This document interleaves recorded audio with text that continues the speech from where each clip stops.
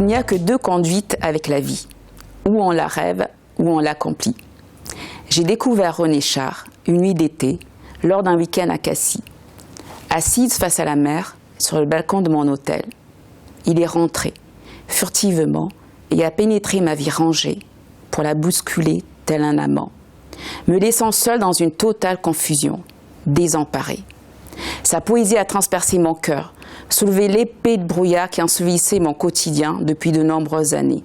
Je suis Fatia Rajabou, je suis enseignante et auteure parce que depuis toute petite j'aime écrire et j'ai continué pendant l'âge adulte jusqu'à l'arrivée à un moment donné après avoir passé l'agrégation et même le pré-concours de l'ENA qui m'a fait comprendre qu'en fait je n'étais pas faite pour être haut fonctionnaire mais plutôt pour écrire. Donc je suis rentrée chez moi et je me suis mise à reprendre des personnages que j'avais commencé à écrire depuis bien longtemps et là ça a été non-stop jusqu'à l'envoi à l'éditeur Présence africaine.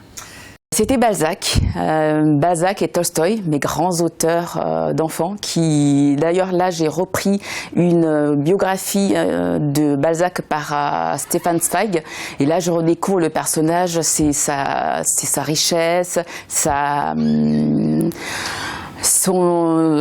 volonté, la volonté d'écrire, de se faire connaître, lui, beaucoup, et qui m'a donné la passion des mots, la passion d'écrire, la passion de raconter des histoires. Donc c'est né par ça. Et puis Tolstoï, j'avais adoré l'éducation sentimentale, il me semble, si je ne me trompe pas. Et là, ça a été pareil, c'était puissance 2 au niveau de l'envie de faire comme eux. Et par la suite, un peu plus tard, c'est Naguib Mahfouz. J'ai adoré la richesse de son écriture, c'est la poésie. Et puis, et là, je me suis dit, bon, j'ai envie de faire ça, j'ai envie de faire un peu comme eux, et voir ce que ça donne. Alors, je ne sais pas quoi faire de ma vie. Parce que là ça rejoint en fait un personnage, Karimène, qui est une femme, enfin, du coup j'adore ce personnage parce que c'est une femme qui, je trouve, qui correspond un peu aux femmes, les femmes actuellement, qui se cherchent, qui ont envie de faire, on est multiples. Moi je trouve qu'on est un peu de tout. On ne peut pas, je peux pas me définir moi un temps avec une seule identité. Je sais que je suis multiple dans mes identités, comme je suis multiple dans mes activités.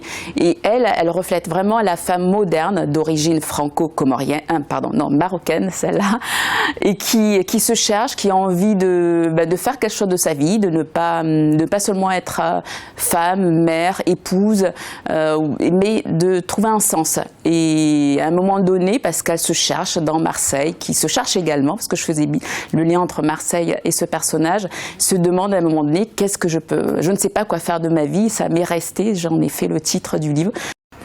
Parce que j'aime ça, parce que j'ai l'impression que je ne peux pas faire autrement. De toute façon, j'écris tout le temps, j'ai toujours des carnets avec moi. J'écris tout ce que j'entends, tout ce que je peux lire, tout ce que je ressens. Donc la première chose que je fais quand je me lève le matin, c'est d'écrire. Comme je prends les transports pour aller au travail, j'écris également. Donc c'est vraiment un besoin.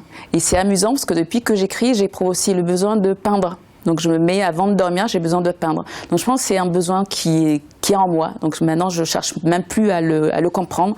Je le vis et je sais que je suis très très mal quand je sais que je n'écris pas.